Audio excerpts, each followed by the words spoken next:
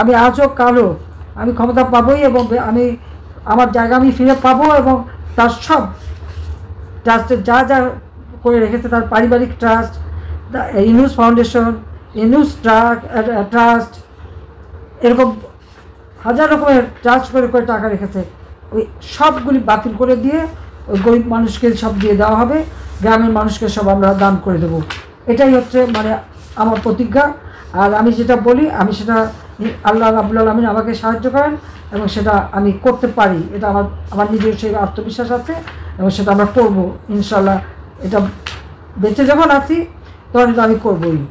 এই বিধবাদের টাকা, স্বামী নিগৃহীতাদের টাকা, প্রতিবন্ধীদের টাকা, মুক্তিযোদ্ধাদের টাকা, যত ভাতা, এই সব টাকাগুলো কিন্তু এরা চুরি করে খেয়েছে, মেরে দিয়েছে আর সব পাচার করেছে।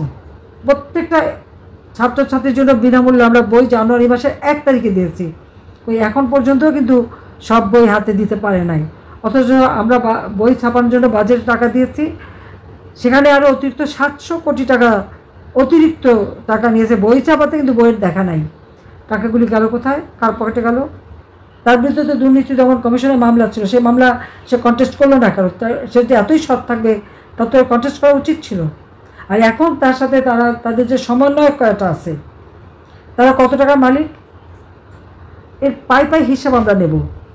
আর আল্লাহ যখন বাঁচিয়ে রেখেছে, আমি এটা বিশ্বাস করি যে যারা আমাদের জাতির শত্রু, গণশত্রু, জনগণের শত্রু, যারা এই দেশটাকে ধ্বংস করতে চায়, তাদের চেহারাটা আজকে সকলের কাছে একেবারে স্পষ্ট হয়ে গেছে, তাদের চেহারাটা উন্মুক্ত হয়ে গেছে। আল্লাহ বোধহয় এটাই চাচ্ছিলেন যে এরা ভিতরে ঘাপটি মেরে মেরে খালি তোমাদের ক্ষতি করতো, আজকে এদেরকে চিনে রাখো।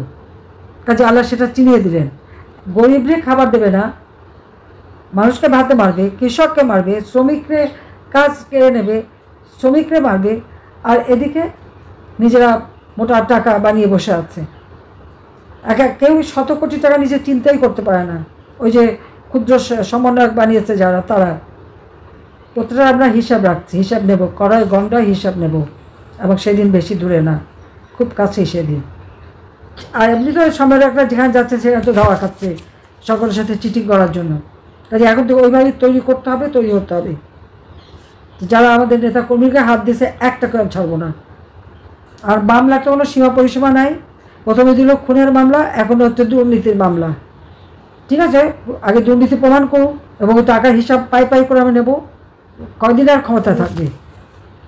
আজকে এদের বিরুদ্ধে সবাইকে মিলে প্রতিরোধ গড়ে তুলতে হবে, এবং যারা এদের সাথে আছে এখনও, এবং যারা ঘর বাড়ি দোকানপাট ব্যবসা বাণিজ্য পুড়িয়েছে, যারা মানুষকে হত্যা করেছে, আমার নেতাকর্মী হত্যা করেছে, এবং কৃষকের শ্রমিকের ক্ষতি করেছে, সাধারণ খেটে খাওয়া মানুষের ক্ষতি করেছে, এদের বিরুদ্ধে সবাই এখন থেকেই প্রতিরোধ গড়ে তুলতে হবে।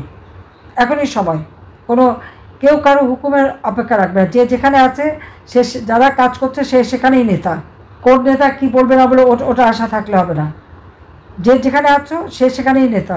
কাজে তার দায়িত্ব নিজে পালন করবে, মানুষকে জনগণকে সাথে নিয়ে, আমাদের আর কেউ নাই, আমাদের আছে জনগণ। এই জনগণকে সাথে নিয়েই প্রতিটি জায়গায় ইচ্ছা মতো এদের শিক্ষা দিতে হবে। কাজে এটাই আমার নির্দেশ।